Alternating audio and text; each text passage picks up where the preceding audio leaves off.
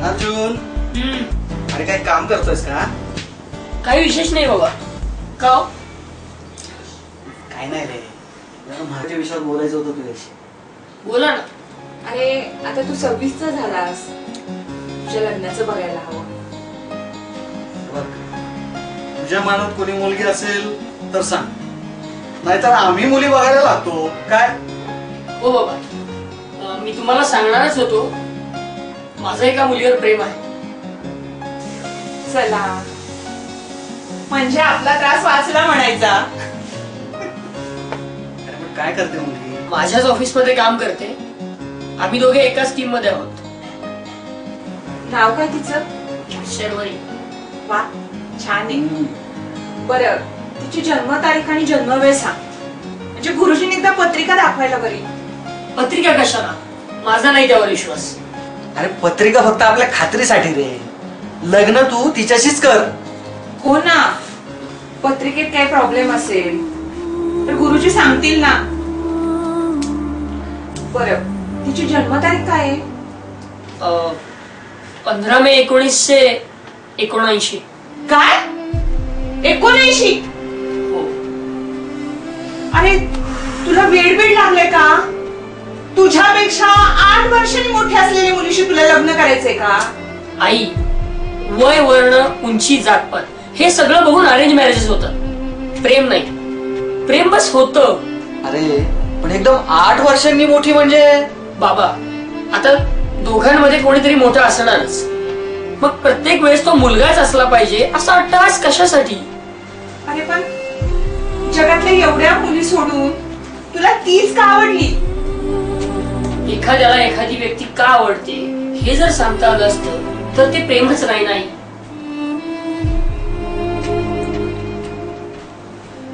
तुम्हीच समजावा आता. बाबा, तुम्हीच मला सांगा, लग्न करताना स्वभाव बघायचा की वय? आकर्षण आणि प्रेम यातली रेषा खूप पुसट असते रे बेटा. पण बाबा, हे आकर्षण नाहीये.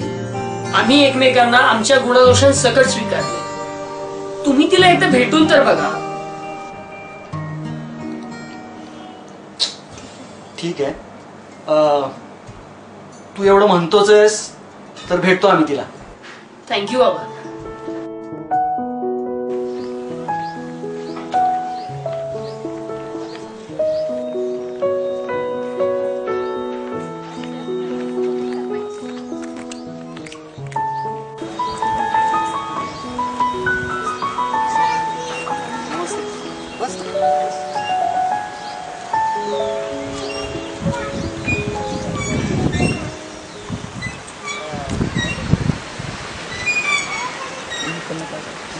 तुझ्या घरी येण्याआधी थोडस तुझ्याशी बोलायचं होतं, म्हणून मग तुला इथे बोलावलं. काही हरकत नाही, बोला ना. डायरेक्ट मुद्द्यालाच हात घालतो. अर्जुनपेक्षा वयानं मोठी असताना सुद्धा तू त्याच्याच प्रेमात कशी काय पडलीस ग? सॉरी बाबा, या प्रश्नाचं उत्तर नाहीये माझ्याकडे. सगळंच न ठरवता घडत गेलं. काही विचारच नाही केला गेला. प्रेम करताना केला नसेल, पण लग्न करताना विचार करावा लागेल. माफ करा आई, लहान तोंडी मोठा घास घेते. कॅलेंडरच्या चौकटीनुसार अर्जुन वयाने लहान असेल, पण त्याची समज त्याच्या वयापेक्षा खूप मोठी आहे. आणि नवराच वयाने मोठा असेल तरच लग्न यशस्वी होतं अशी खात्री थोडीच देते. तू आत्ता पुरतं भावनात्मक विचार करतेस, पुढे हे लग्न किती वर्ष टिकेल माझ्या आईबाबांचा 36 वर्षाचा संसार बघून मी एवढं नक्कीच सांगू शकते की लग्न टिकण्यासाठी एकमेकांवरचं प्रेम आणि विश्वास यांची गरज असते. म्हणजे तुझ्या आई वडिलांनाही हे लग्न मान्य आहे?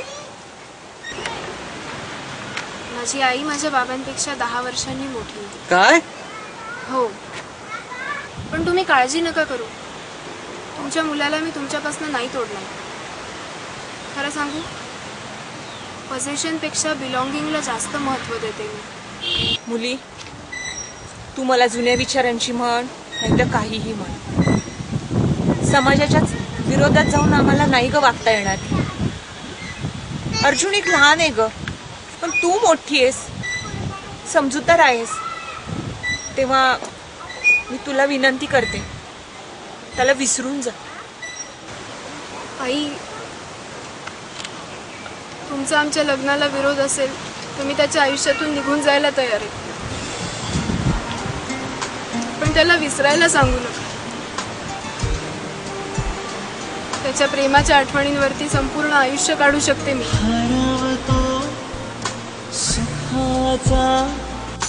चेहरा का पुन्हा एकटा मी तुझ्या शोधतो का खुणा. हरवते हातूनी पाहिजे जे मला जिंकूनी. हारते खेळ आहे जुना.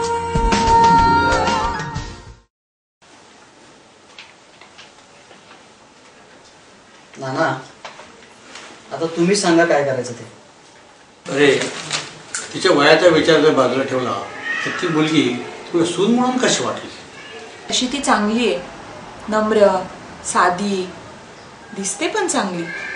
मग तिच्या वयाचा विचार करून लग्न नाकारणार असाल तर ते मला पटत नाही. पण नाना, लोक काय म्हणतील? अरे, लग्न लोकांसाठी करायचंय का अर्जुनसाठी करायचंय? आणि हे बघा, आपला अर्जुन शहाणा आहे, हुशार आहे, समंजस आहे, त्यामुळे त्याची निवड चुकेल असं मला नाही वाटत. पण तुम्हाला माहिती आहे का की राधाकृष्ण ह्याला आपण प्रेमाचं प्रतीक मानतो, आणि त्यात राधा ही कृष्णापेक्षा 9 वर्षांनी मोठी आहे. नाना, राधाकृष्ण देवांचे अवतार होते, आपण साधी माणसं होतो. समाजात राहायचं तर समाजाच्या चालीरीती पाळायलाच हव्यात.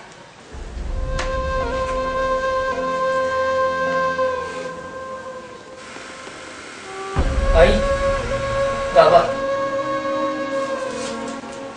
तुम्ही जिंकलात.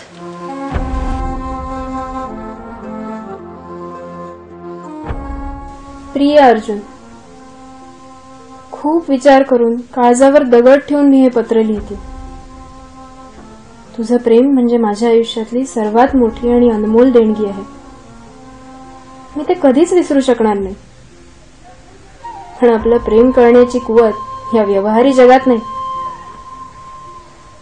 आपल्या पुरुष प्रधान संस्कृतीत लग्न करताना जिथे प्रेमापेक्षा कोण कोणापेक्षा मोठं यालाच महत्व दिलं जातं, तिथे आपल्या प्रेमाला तरी लग्नाची मोहर कशी मिळणार? तुझे आई वडील, तेही याच समाजाचा घटक, पण यात त्यांचा काहीच दोष नाही. त्यांचंही प्रेम आहे तुझ्यावर, काळजी वाटते त्यांना तुझी, आणि म्हणूनच ते तुझ्या भल्याचाच विचार करतात. मला आवडलं असतं रे तुझ्याशी संसार करायला, तुझ्या सुखदुःखात शेवटपर्यंत तुला साथ द्यायला. पण मला तुला तुझ्या आईबाबांपासून तोडायचं नाही. कधी कधी आपल्याच माणसांसाठी स्वतःचा स्वार्थ बाजूला ठेवून हार मानावी लागते, पण आपलं प्रेम हरणार नाही. ते कायम राहील माझ्या मनात.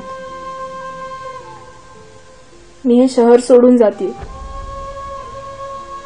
तुला भेटून तुझा निरोप घेण्याची हिंमत नव्हती माझ्यात,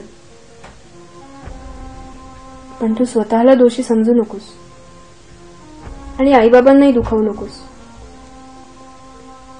त्यांच्या म्हणण्यानुसार एखाद्या चांगल्या मुलीशी लग्न कर आणि सुखाने संसार कर.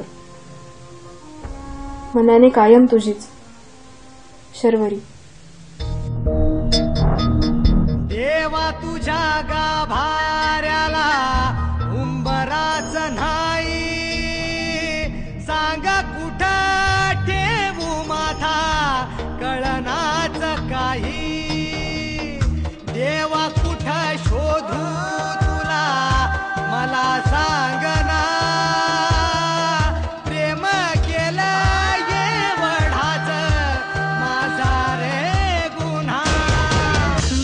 कधी कुठे स्वप्न विरले प्रेम हरले,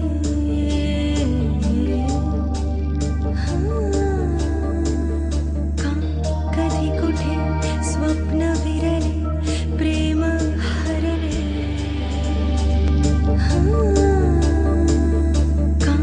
कधी कुठे स्वप्न विरले प्रेम हरले. स्वप्न माझे आज नव्याने फुलले, अर्थ सारे स्पर्शाने उलगडले. आई, नाश्ता तयार आहे बरं का? बाबा, आज तुमच्या आवडीची भाजी केली आहे, मेथीची. अरे वा. चला आम्ही निघतो. शर्वरी चल. येतो आम्ही. नीट जा जपून. सावकाश जा रे. हो हो.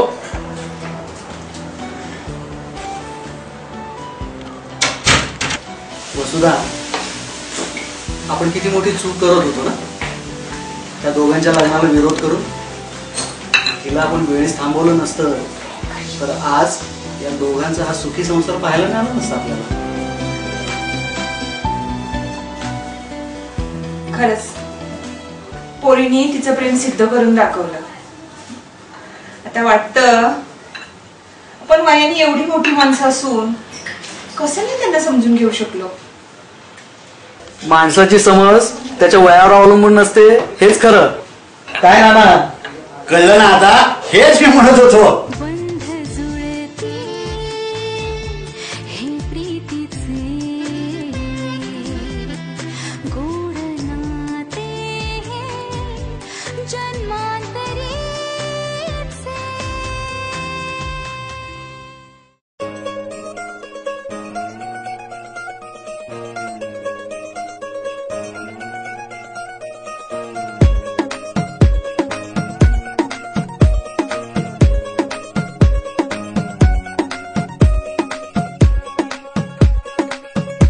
नवराई माझी लाडाची लाडाची ग, आवड हिला चंद्राची चंद्राची ग. नवराई माझी नवसाची नवसाची ग, अप्सरा जशी